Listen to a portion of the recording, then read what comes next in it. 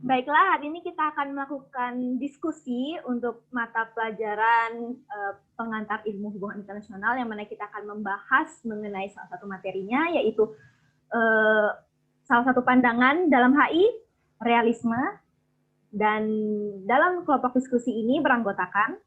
Perkenalkan, nama saya Dwi Aji Santoso dari Hubungan Internasional kelas reguler A, kelas A. Perkenalkan, nama saya Ristania Salsa Fadila, saya juga dari Prodi Hubungan Internasional, kelas reguler A, kelas A. Perkenalkan, nama saya Morin, saya dari Prodi Hubungan Internasional, kelas A, reguler A.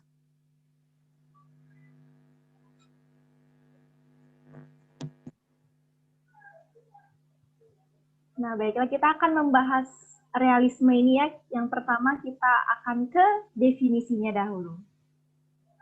Nah, untuk definisi, untuk realisme di sini sendiri, definisinya menjelaskan bahwa realisme adalah mazhab teori hubungan internasional. Realisme adalah spektrum ide yang berpusat pada 4 ide utama, yaitu grupisme politik, egoisme, anarkisme internasional, dan politik kekuasaan.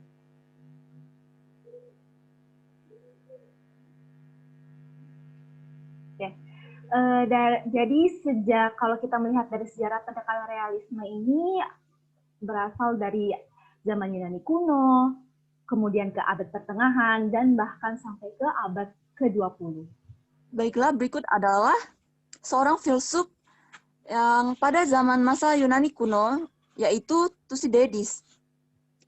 Pada zaman Yunani klasik, kita bisa melacaknya dari pemikiran politik Thucydides, yaitu 400 sebelum Masehi. Lewat karyanya yang berjudul The Peloponnesian War, atau Perang Peloponnesia, sebuah tragedi perang yang menghancurkan peradaban besar Yunani klasik. Perang ini adalah merupakan perang saudara antara dua kekuatan besar pada masa itu, yaitu antara Athena dengan Sparta. Lalu berikutnya ada Thomas Hobbes. Thomas Hobbes ini merupakan filsuf pada zaman abad pertengahan. Thomas Hobbes dalam membangun ide asumsi dasar realis pada sifat manusia yang pada dasarnya adalah sama, tetapi tidak ada kekuasaan atau kekuatan yang bisa menundukkan manusia, akan membuat manusia saling berkonflik. Sehingga menurut realis dibutuhkanlah power.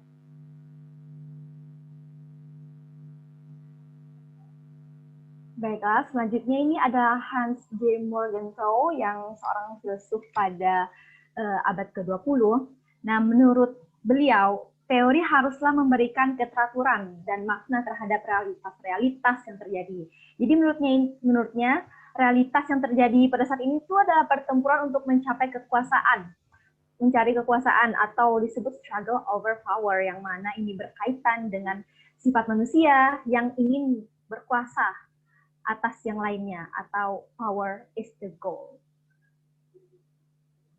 Baik, berikut adalah klasifikasi dari pendekatan realisme. Yang pertama ada realisme klasik, kedua realisme neorealism, ketiga realisme strategis, dan yang keempat ada realisme neoklasik. Untuk klasifikasi yang pertama yaitu ada realisme klasik.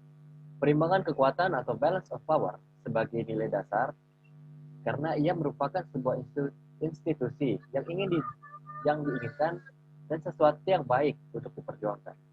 Sebab ia mencegah terjadinya penguasaan dunia baru hegemoni oleh negara berkekuatan besar. Sistem ini menjunjung tinggi nilai-nilai dasar keamanan dan perdamaian internasional. Ya, selanjutnya klasifikasi selanjutnya itu adalah neorealisme. Nah, di neorealisme ini, negara-negara merdeka ini hidup dan bergerak dalam sistem anarki internasional. Namun, mereka ini mengabaikan pertimbangan normatif dengan menyediakan teori hubungan internasional yang lebih ilmiah. Jadi, teori ini berfokus pada struktur sistem dan distribusi kekuatan yang relatif, dengan bentuk dasar HI adalah struktur anarki yang tersebar di antara negara-negara tersebut. Baiklah, berikut adalah klasifikasi realisme yang ketiga, yaitu realisme strategis. Secara sentral, ia memfokuskan pada pembuatan keputusan kebijakan luar negeri. Schelling memandang diplomasi dan kebijakan luar negeri sebagai aktivitas instrumental rasional yang dapat dipahami dengan pemakaian suatu bentuk analisa logika yang disebut game of theory. Realisme berstrategis mensyaratkan nilai-nilai dan membawa implikasi-implikasi normatif. Lalu untuk klasifikasi yang terakhir itu ada neoklasik. Neoklasik di sini menjelaskan bahwa arti sebuah negara dalam sistem internasional dapat dijelaskan dengan variabel sistemik. Misalnya, persebaran kekuasaan di beberapa negara. Variabel kognitif, misalnya persepsi dan mispersepsi tekanan sistematik. Niat negara lain atau ancaman, dan variabel domestik, misalnya lembaga negara, kaum elit, dan tokoh masyarakat, yang mempengaruhi kekuasaan dan kebebasan bertindak para penentu kebijakan luar negeri. Baiklah, selanjutnya kita akan masuk ke sesi diskusi kita, setelah kita membacakan poin-poin dari PowerPoint tadi. Nah, kalau menurut saya nih teman-teman, realisme ini kan kalau kita lihat lagi hakikat aktornya ini kan adalah negara kan, state sebagai utamanya dari mereka ini. Jadi ya pasti dong kepentingan nasional mereka juga berasal dari negara mereka masing-masing. Jadi dari negara itu sendiri. Dan negara manapun udah pasti mereka mengedepankan urusan mereka masing-masing. Karena mengedepankan urusan mereka masing-masing inilah tidak heran kalau adanya sifat anarki ini tersebut. Dan dari sifat anarki ini, itulah yang menyebabkan realisme ini juga disebut sebagai pandangan yang egois. Kalau menurut teman-teman gimana?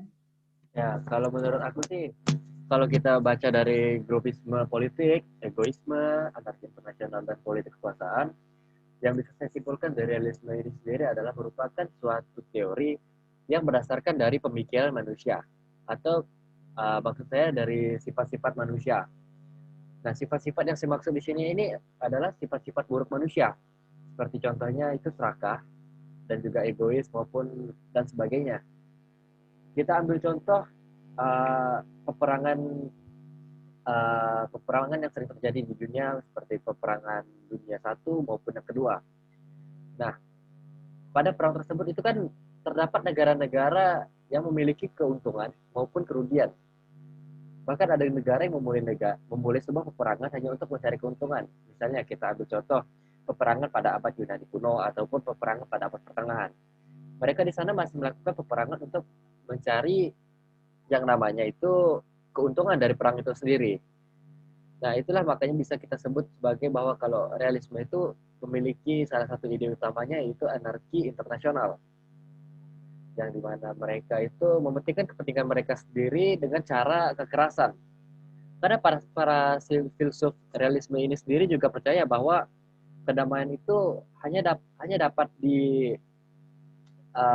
diwujudkan apabila terdapat keseimbangan kekuatan. Yang seperti saya bilang tadi itu adalah balance of power pada PPT itu tadi. Nah, dengan adanya balance of power ini sendiri juga dapat menimbulkan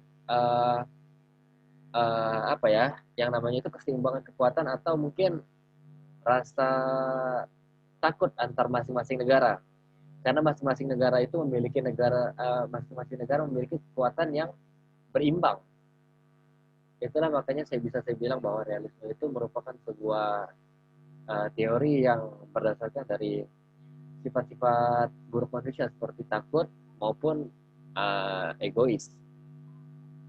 Baiklah, saya setuju dengan pendapat Elsa dan Aji bahwa ini realisme ini disebabkan oleh sifat ilmiah dari manusia itu sendiri, yaitu egoisme.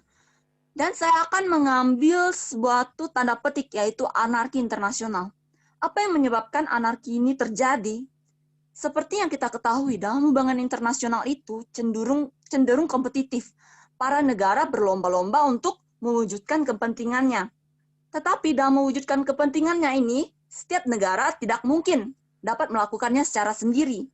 Sehingga menimbulkan suatu negara itu harus bekerja sama dengan negara lain untuk memenuhi suatu kepentingan yang tersebut. Dan di dalam suatu hubungan internasional atau hubungan antar negara, baik antara dua negara maupun lebih, ini tidak mungkin selalu mulus, tidak mungkin selalu lancar. Pasti akan menimbulkan suatu yang namanya konflik. Dan konflik ini terjadi karena disebabkan misalnya satu negara menunjukkan suatu kepentingannya, bahwa dia maunya seperti ini, harus seperti ini, kamu harus menempati seperti ini. Tetapi negara yang diajak bekerja sama itu tidak mau memenuhi. Sedangkan misalnya negara A, menganggap bahwa negara B ini berpotensi sekali dapat membantu negara A. Tetapi negara B ini menolak. Sehingga ini yang menyebabkan negara A menggunakan kekerasan yang untuk membuat si negara B ini dapat tunduk kepada negara A tersebut. Sehingga oleh sebab itu menurut saya anarki dalam hubungan internasional ini realis sekali. Jadi berdasarkan sebuah kenyataan tidak dapat dihindari oleh suatu negara. Mungkin ada sebuah hukum yang dapat untuk mengatur suatu hubungan tersebut sehingga tidak menimbulkan anarki, tetapi itu hanya bersifat sementara saja. Sedangkan kalau anarki dalam hubungan internasional itu akan terus terjadi. Ya, kalau menurut saya seperti itu. Sehingga ini merupakan suatu sifat ilmiah dari manusia itu sendiri ya. Karena yang menjalankan sebuah negara itu kan pastinya ada suatu kepala negara, bukan berarti negara ya dijalankan oleh suatu wilayah, pastinya oleh seorang pemimpin yang bermaksud untuk mengejar kepentingan dari bangsanya sendiri. Begitu menurut saya. Setuju sih, tapi kalau menurut saya lagi nih ya, kalau kita lihat lebih luas lagi, sebenarnya teori ini tuh menunjukkan kalau pada faktanya tiap negara itu nggak bisa bekerja sama dengan semulus itu loh, karena ya tadi itu, tiap negara punya kepentingannya masing-masing, tiap negara punya kemauannya masing-masing. Nah, dari mereka mengutamakan keinginan mereka masing-masing ini, timbullah anarki tersebut, konflik, bahkan mungkin perang, gitu kan. Karena tidak ada suatu negara bisa mengatur negara lainnya. Seperti nah mungkin kan, kayak satu negara itu dia karena ingin dia mengedepankan urusannya, dia jadi mengikat negara lain, itu kan tidak mungkin. Pasti masing-masing negara itu ya udah, saya mengurus urusan negara saya, kamu urus urusan negara kamu sendiri, seperti itu kan. Dan karena ini tadi, setiap leader pada masing-masing negara itu harus bersifat rasional. Rasionalnya ini ya untuk berpikir mana sih keputusan yang bisa menguntungkan negaranya sendiri, yang bisa menjaga kedaulatan negaranya sendiri demi survive. Karena kan tiap negara pasti ingin survive kan dalam hubungan internasional di dunia ini. Dan menurut saya teori realisme ini tuh ya memang pada faktanya memandang bahwa sifat manusia itu ya tidak kooperatif gitu kan. Karena tadi itu mengejar kepentingannya masing-masing. Dari tidak kooperatifan inilah yang memicu berbagai perang, berbagai konflik gitu kan. Dan sifat ini, ego, nafsu pada kekuasaan dan lain-lain. Dan tiap aktor negara-negaranya ini kan karena dari itu, karena dia berpikir oh negara ini punya kepentingannya sendiri. Timbullah sebuah ketidakpercayaan dari negara masing-masing, dan ketidakpercayaan inilah yang membuat pesimis itu tadi, yang menjadi dasar dari realisme ini juga, yang dari pandangan dari para filsufnya ini juga, pesimis itu terus berkembang di dalam teori realisme ini sendiri. Gitu.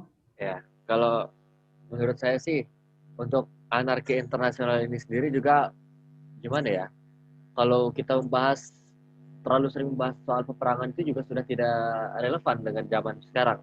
Benar. Karena pada zaman sekarang itu anarkis internasional ini sudah masuk ke dalam ranah politik maupun dalam kehidupan sehari-hari. Misalnya kita ambil contoh sebagai dalam kehidupan sosial, ekonomi, politik maupun yang lain. Karena apa? Karena di dunia ini kan untuk hubungan internasional sudah diatur dalam PBB. Berbagai urusan, berbagai cara interaksi manusia untuk melakukan hubungan antar luar negeri sudah diatur dalam PBB. Maka daripada itu, untuk anarkisme internasional ini sendiri juga berubah tata caranya. Tidak lagi dalam bentuk peperangan, tapi dalam bentuk memperkuat dari kekuatan militernya sendiri. Kita ambil contoh sebagaimana Amerika yang selalu memproduksi bom nuklir. Dan bom nuklir ini sendiri mereka gunakan untuk kepentingan mereka sendiri. Sebagai contoh untuk mengancam negara-negara kecil yang ingin melawan Amerika. Jadi Amerika ini sendiri juga mengancam negara-negara kecil bahwa mereka akan menembakkan sebuah bom nuklir kepada wilayah mereka apabila mereka tidak ingin mengikuti apa kata mereka. Terus kita ada menyinggung tentang bahwa negara-negara masing-masing itu hanya memikirkan kepentingan mereka sendiri. Nah, itu juga benar. Namun yang saya tidak cukup janggal yaitu ada pada bagian poin bahwa ini negara saya dan ini negara Anda. Tolong jangan ikut campur. Nah, maksud saya di sini adalah untuk meluruskan beberapa hal bahwa tidak semua negara berpikiran seperti itu. Kita ambil contoh Amerika lagi, kita ambil contoh ya. Kalau menurut pandangan saya, Amerika ini sendiri berusaha untuk mengikuti berusaha untuk ikut campur tangan dalam apapun urusan negara lain. Sebagai contoh, mereka ingin ikut dalam urusan-urusan negara lain karena mereka merasa mereka itu memiliki power untuk ikut dalam negara itu sendiri, dalam urusan negara itu sendiri. Makanya kita bisa bilang bahwa Amerika itu negara superpower karena mereka dapat melakukan apapun terhadap negara-negara yang ada di dunia ini.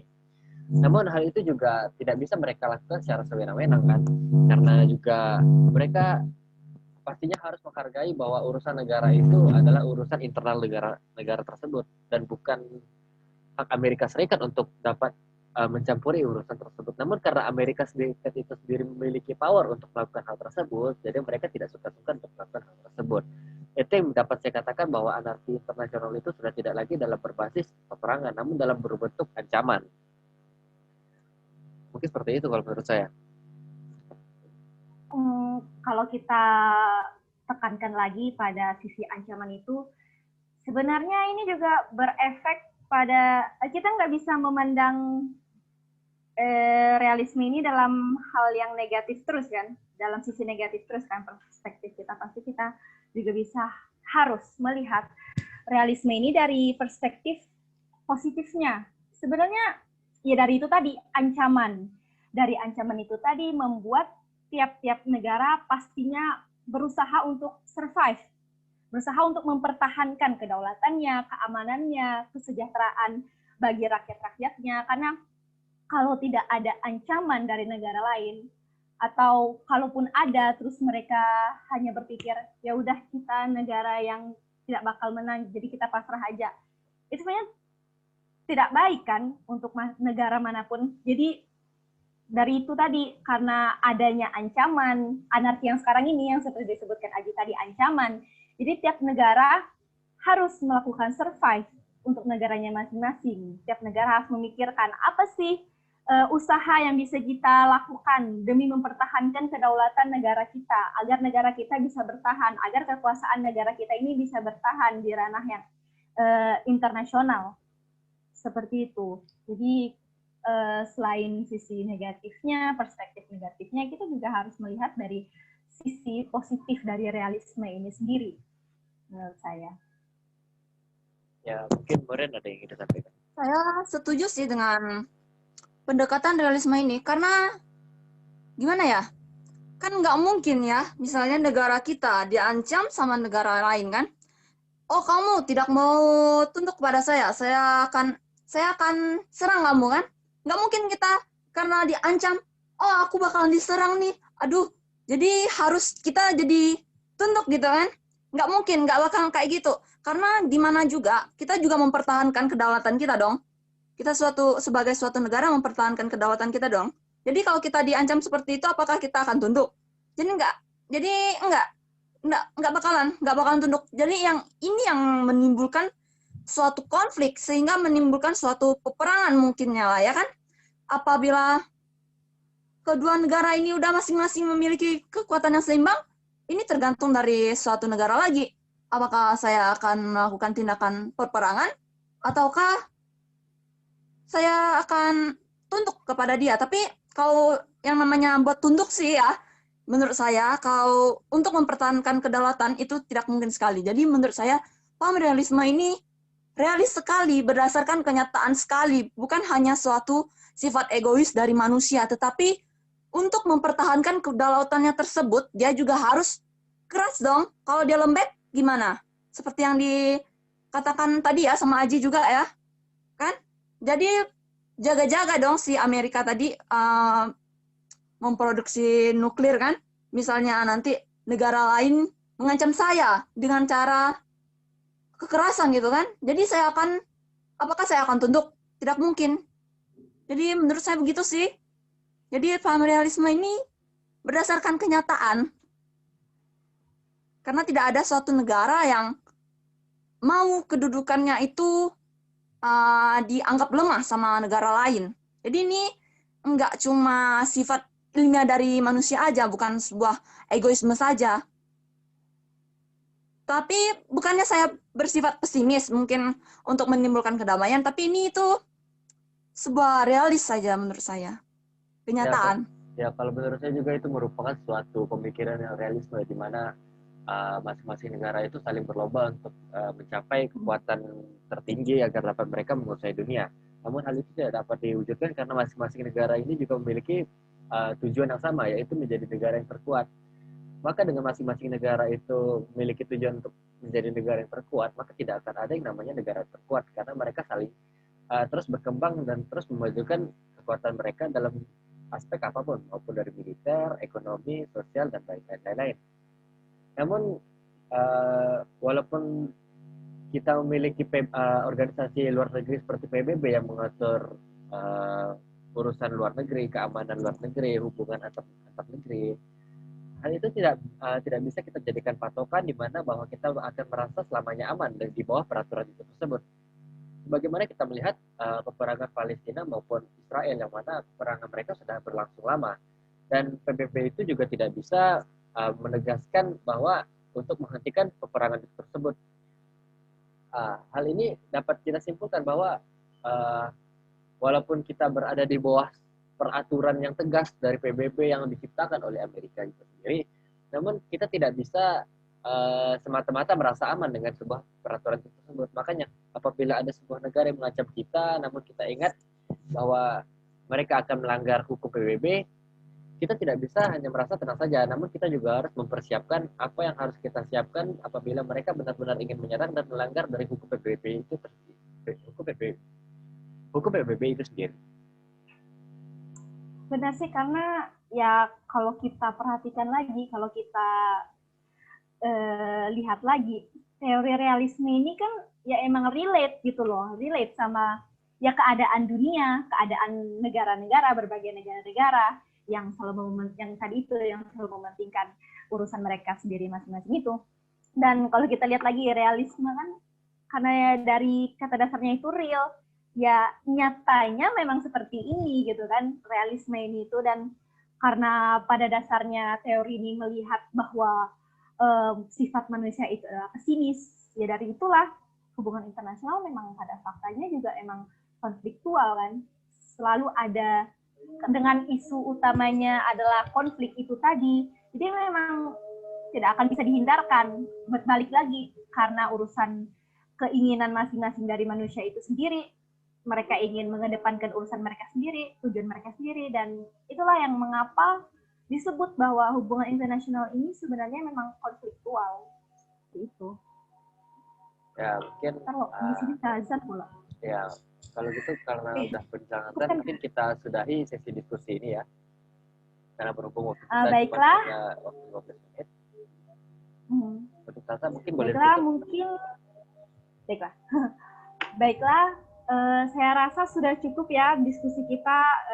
Saya juga sudah puas dan teman-teman pasti sudah juga puas dengan pendapat-pendapat yang sudah dikeluarkan. Dan mungkin kita cukupkan sampai di sini materi kita membawakan materi tentang realisme. Terima kasih karena teman-teman sudah mengikuti diskusi kali ini dan terima kasih dan sampai jumpa. Aduh, gimana sih?